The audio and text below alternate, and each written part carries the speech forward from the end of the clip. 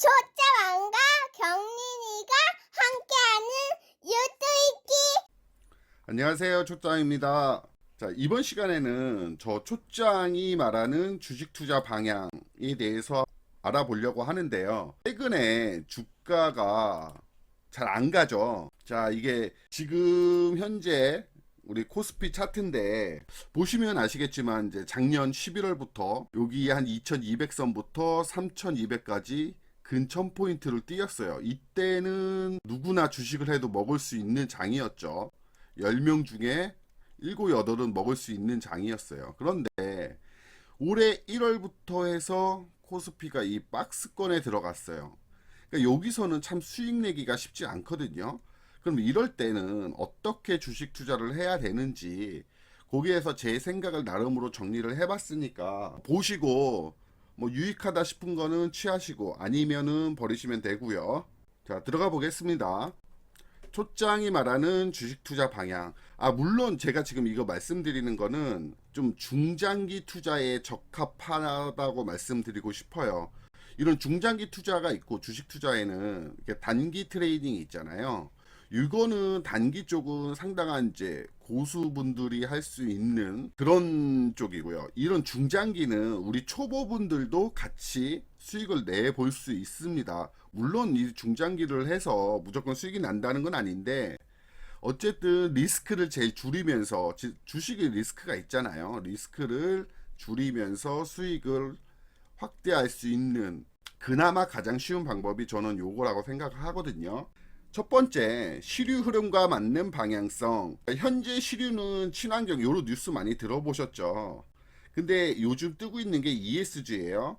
요 영어 울렁증이 있으니까 읽지는 않도록 하겠습니다. 근데 이게 뜻이 환경이란 얘기고, 이거는 사회, 이거는 이제 뭐 정부 뭐 이런 뜻도 있는데, 요거를 어떻게 해석하냐면은 지배구조라고 생각을 하시면 돼요. 그래서 환경적이나 사회적으로 이거 사회적 책임을 얘기하는 거예요. 그다음에 이런 지배구조 이런 쪽에서 두각을 나타내는 회사들이 주가가 뜹니다. 주가가 상향을 해요. 근데 이 ESG는 제가 지금 이렇게 간단하게 말씀드렸지만 제 뉴스에서 나중에 한번 다룰 거예요. 조만간에. 현재 시류에 따라서 전기차, 수소차, 뭐 AI, 메타버스 이런 뉴스들 많이 나오잖아요.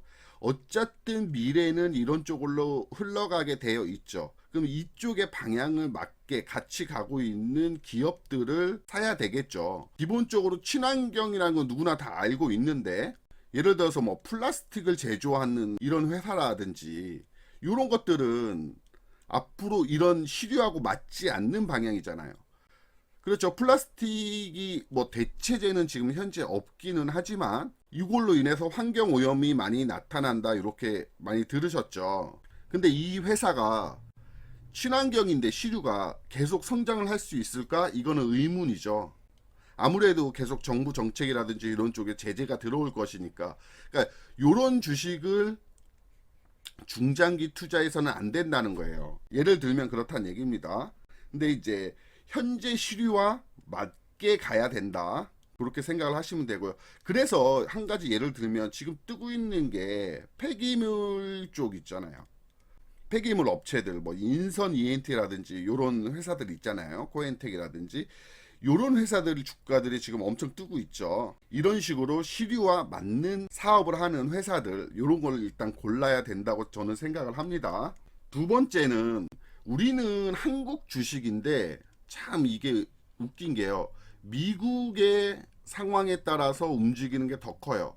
한국이 어쩌고 저쩌고 해서 뭐 뉴스가 나오면 이 주가에는 거의 영향이 없더라고요. 미국에 따라서 전체 주가가 출렁이고 미국이 전날 상승을 했으면 우리나라도 같이 상승을 하고 하락하면 같이 하락하는 이런 상황이 많이 벌어지거든요. 거의 대부분이 이래요. 그러니까 우리는 이 한국 상황보다 미국 상황을 더 유심히 봐야 되고 이걸 공부를 해야 되는 거죠. 그 중에서 보면 미국의 장기 국채 금리 상황, 요건 제 뉴스에 한번 다뤘었죠. 미국 장기 국채 금리가 상승을 한다는 거는 경제가 좋다는 거고, 그래서 인플레이션이 우려되니까 금리를 높이는 거고, 시장의 돈을 중앙정부로 빨아들이는 거고, 그러다 보면 시장에 돈이 없으니까 주식 투자, 주식의 기업들 요런 쪽으로 돈이 안 들어가겠죠, 아무래도. 그래서 이 기업의 유동성이 낮아지면서 주가는 하락을 한다, 이런 식을 간단하게 설명을 드렸지만, 그래서 요걸 봐야 돼요. 장기 국채 금리 상황을 봐야 되는데, 지금 현재 미국 국채 수익률 요 파란 선 보시면은 좀 상승을 하고 있죠. 계속 이게 상승을 한다는 거는 앞으로 상황이 많이 좋아지지 않겠다. 경제가 너무 좋아져서 시장에 돈을 중앙정부로 땡기는 이런 상황이 벌어지면 아무래도 주가에는 좋지 않겠죠. 그러니까 이런 상황들을 좀 보셔야 되고요. 그 다음에 미국의 실업률이 매달 발표가 되는데, 이 4%라는 것은 미국이 완전 고용이라고 하면 4%를 얘기해요. 지금은 6% 정도 되거든요. 그러니까 이 실업률이 4%에 가까워질수록 미국은 이제 확장 정책을 안 쓰겠죠. 이게 7%, 8% 이렇게 가야 실업률이 심각하네. 그리고 시장에 돈을 뿌릴 텐데, 이런 행위들이 실업률이 4%로 가면 갈수록, 지금 6%인데 5%가 가고 4.5%가 가고 하면 할수록 이런 돈을 뿌리는 이런 상황들이 없다 보니까 주가에는 별로 안 좋을 거고요. 그러다 보니까 요거를 항상 염두에 둬서 봐야 되고요. 이거는 이제 공포지수 상황이라고 하는데, 이 지수가 높아지면 공포치가 최대치인 거예요. 그러니까 경제적으로나 뭐 정치적으로 불안감이 높아지면 이 빅스 지수가 높아지거든요. 그러면 현재 지수는 어때요? 보시면 2020년 11월부터 지금까지 대체적으로 요때 이렇게 올라갔을 때 있잖아요. 요때는 아무래도 주가는 내려가게 돼 있어요. 사람들이 불안감을 느끼니까 위험 자산에 투자를 안 하는 거예요. 근데 지금 현재는 상당히 좀 낮은 수준에 있죠. 그러니까 지금 상황은 주식 투자에 괜찮다고 보시면 돼요. 그런 이유가 여러 가지가 있겠지만, 지금 미국의 뭐 바이든 대통령이 돈을 뭐 추가 부양 정책으로 인해서 돈을 많이 뿌리고 있고, 또한 미국의 기업들의 실적이 상당히 지금 좋게 나오고 있죠. 그러다 보니까 사람들은 이 기업이 좋네, 그리고 여기다가 주식 투자를 할 수 있는, 가능하잖아요. 그러다 보니까 요 공포 지수가 낮아요. 근데 이게 순간에 조금씩 급등을, 이런 식으로 급등을 하거든요. 이럴 때는 주식 투자를 하면 안 됩니다. 이렇게 이해하시고요. 그 다음에 이게 이제 미국 장단기 국채금리 차이, 뭐 10년물하고 장기라고 보면 10년물이고 단기라고 보면 2년물이거든요. 얘 금리 차이가 어떻게 되냐, 여기에 대해서 설명하면 이거 상당히 긴데요. 결론은 10년물 금리보다 2년물 금리가 높으면 마이너스로 가요. 그러면 대체적으로 6개월에서 1년 후에는 주가는 침체기에 들어가거든요. 이거는 꼭 그렇다는 건 아닌데 지금까지 그래 왔었어요. 그래서 사람들이 이 금리 차이가 10년물 금리가 여기 있고 2년물 금리가 여기 있으면 괜찮은데, 이게 역전이 돼서 2년물 금리가 여기 있고 10년물 금리가 이렇게 내려와요. 이게 2년물이고, 그럼 이 금리 차가 마이너스가 되는 순간 6개월에서 1년 후에는 주가 침체기, 경제 침체기에 들어가게 되는 거예요. 이때는 주식 투자를 하기는 상당히 리스크가 크다고 보시면 돼요.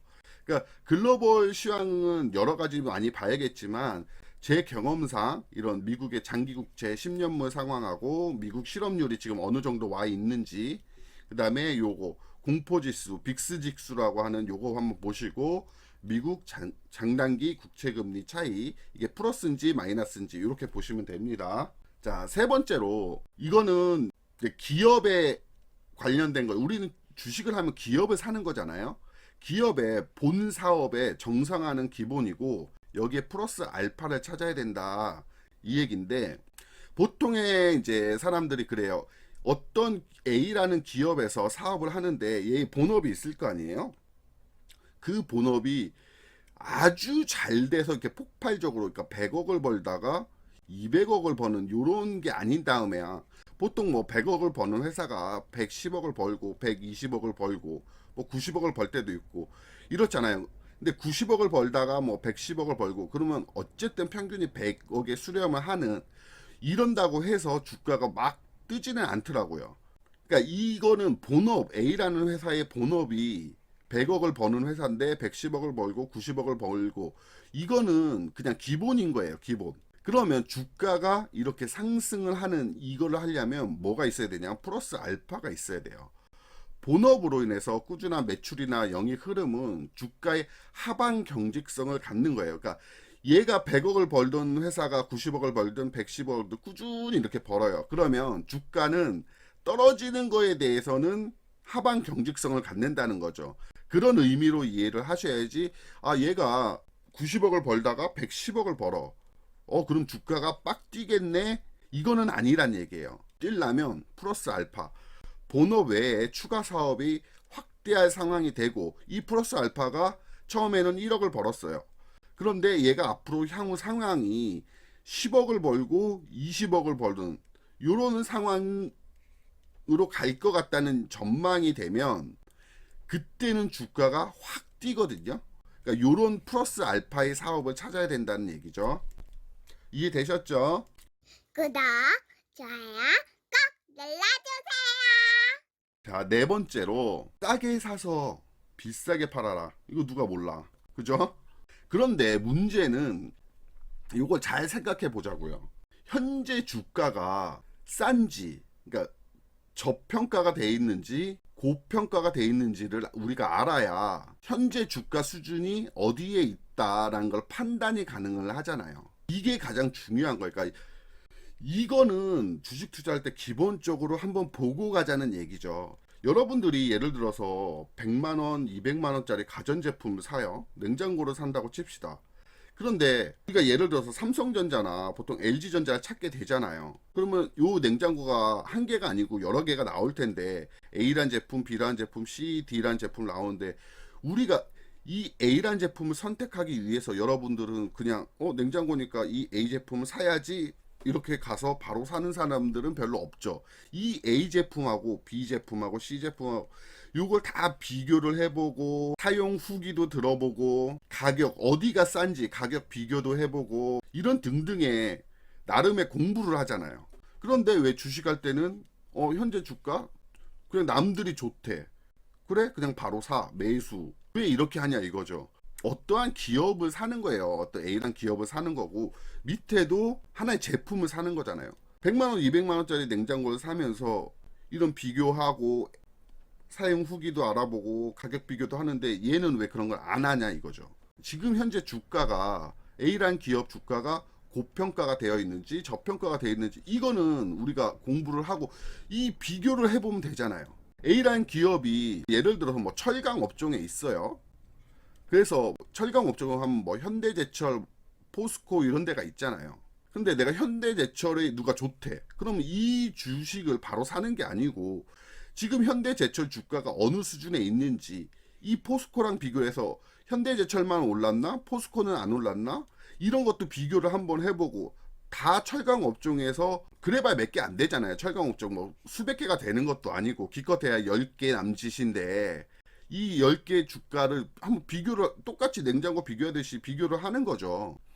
내가 현대제철 주가가 지금 어느 정도 있는지, 다른 철강주에 비해서 수준이 어느 정도인지 그거를 판단을 해야 된다는 거예요. 자, 그래서 현재 주가가 기존 흐름 대비 고가인지 저가인지, 그러니까 고평가인지 저평가인지 어느 위치에 있는가를 판단을 해야 되는 거예요. 그래야 얘가 싼지 비싼지를 알 수 있는 거고, 우리 비싸면 안 사잖아요. 비싸면 안 사면 돼. 남들이 좋다고 해도 비싸, 안 사, 이렇게 하면 되는 거예요. 리스크를 줄이는 거죠. 현대제철을 추천을 받았어요. 근데 포스코 주가는 보니까 변함이 없어. 근데 현대제철 주가만 이렇게 가고 있는 거예요. 그리고 다른 철강주를 보니까 다들 이러고 횡보를 하고 있는 건데 얘만 지금 가고 있어요. 그럼 뭔가 이상하지 않아요? 그럼 왜 가고 있을까? 사업성이 좋나? 플러스 아까 얘기했던 알파가 있나? 이게 좋아지나? 이런 걸 판단을 해보란 얘기죠. 그래서 합당한 이유를 찾아보고, 합당한 이유가 없을 때는 그 주가의 위치는 고가죠. 다른 철강주들은 안 가. 근데 현대제철만 가네? 쭉 가. 근데 이유를 사업성이 좋나? 플러스 알파. 이걸 찾았는데 이게 없는 거예요. 뉴스에도 없고 뭐 아무것도 없어요. 그럼 그냥 가는 거야 얘가. 그냥 가면 아무 이유 없이 주가가 가면 곧 그 주가는 이렇게 하락을 하게 되죠. 근데 여기서 우리는 꼭 사게 된단 말이죠. 그리고 다시 주가가 폭락하면 손절 아니면 강제적인 장투를 하게 되는 거예요. 그래서 이런 부분이 상당히 중요합니다. 자, 마찬가지 이건 반대 얘기예요. 기존 흐름 대비 저가일 때, 그러니까 저평가일 때는 마찬가지로 합당한 이유를 찾아보고 합당한 이유가 없어. 얘가 다른 반대로 이제 현대제철이 이렇게 내려가 있어요. 주가가 다른 애들을 보니까 뭐 포스코라든지 다른 철강주들은 보합을 이렇게 가고 있어요. 그냥. 근데 얘만 내려와 있어. 근데 여기에 대한 합당한 이유가 없는 거예요. 회사에 악재가 나온 것도 아니고 그냥 계속 하락해. 그러면 일시적인 뭐 투매가 일어나서 그럴 수도 있잖아요. 그때는 저평가면 여기서는 매수를 해도 되는 거죠. 그러면 다시 얘는 이 자리로 원래 자리로 찾아오게 되어 있으니까 이게 그 얘기고요. 그래서 이런 비싸다 싸다 요거를 판단을 해보시고 싸다라고 판단되는 이게 저가일 때 분할로 접근을 한다. 우리 개미 투자들을 항상 접근을 하면 일단 마이너스부터 시작을 하잖아요. 사면. 그러니까 내가 산 게 내가 신이 아니니 내가 산 게 최저가라 판단하지 마시고 항상 내려왔어. 그럼 여기서 한번 사고 더 내려왔어. 한 번 더 사고 이런 식으로 하면 리스크를 또 줄일 수 있다. 그런 얘기입니다. 자, 마지막으로 리스크 분산 비중 조절. 이게 무슨 얘기냐면 내가 A라는 회사가 있고 B라는 회사가 있고 C라는 회사가 있어요. 이거를 계획을 세워야 돼요. 얘에 대해서 내가 100만 원이 있다 쳤을 때는 지금 글로벌 시황이라든지 그런 현재 시류로 인해서 나는 얘에 거의 100만 원이면 거의 100%를 투자를 하겠다. 지금은 주식 투자를 해야겠다라는 판단이 들었을 때 얘는 A 기업에 30% 30만 원을 넣고 B 기업에는 40만 원을 넣고 C 기업에는 30만 원을 넣어야겠다. 이런 계획을 세우시란 얘기예요.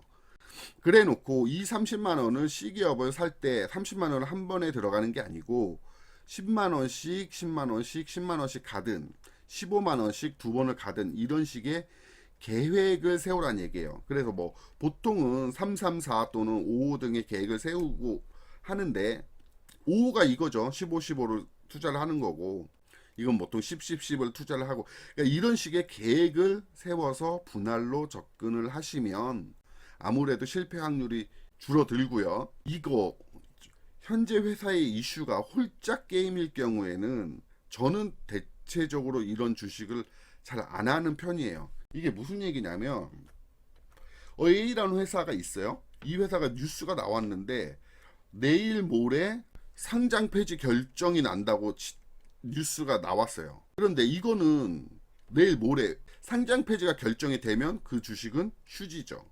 근데 상장 폐지가 안 됐어요. 그러면 이 주가는 아마 상한가를 갈 겁니다.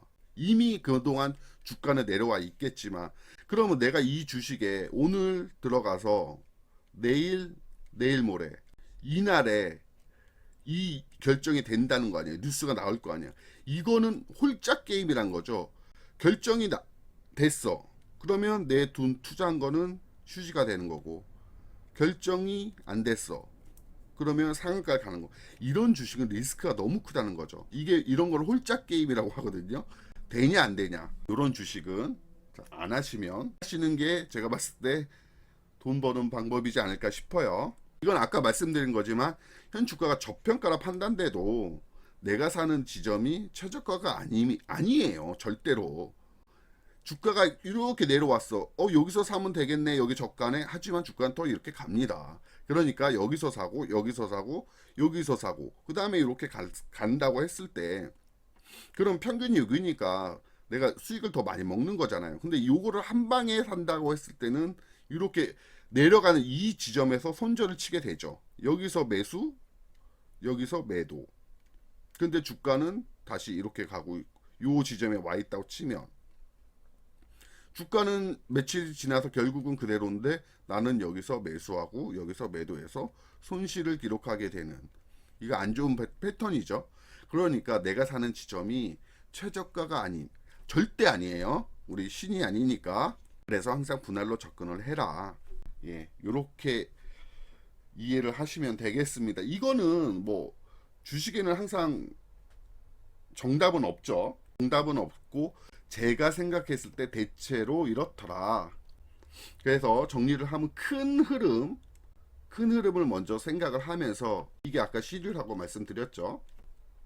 여기서 내가 주식 투자를 할 거냐 말 거냐를 결정을 하시고, 그 다음에 글로벌 시황, 아까 미국의 시황을 잘 보시면서 여기에 세부적으로 있는 뭐 장기 국채라든지 실업률, 뭐 공포지수, 뭐 이런 것들을 쭉 보시고, 그럼 여기서 주식 투자 비중을 높이거나 줄이거나 이렇게 할 수 있는 거고요. 그러면서 지금 한국에 내가 투자하는 기업의 A라는 기업의 플러스 알파 본업이 잘 되는지 한번 보시고, 이게 잘 된다고 주가가 잘 가는 건 아니다라고 말씀을 드렸고, 이 플러스 알파를 찾으시고, 없으면 그럼 본업이 100억 벌던 게 150억을 벌 수 있는 이런 상황인지 이렇게 판단을 해보시면 돼요.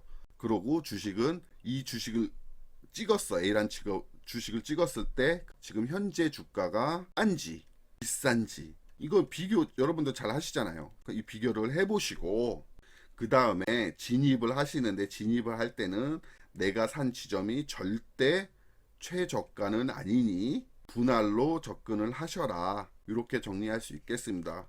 제가 앞으로 뉴스 같이 하면서 어떤 종목이 나오면 같이 이제 차트 보면서 아니면 그 기업에 대해서 분석을 조금 하는 그런 영상도 올리려고 하거든요. 그러니까 앞으로도 많은 시청 부탁드립니다.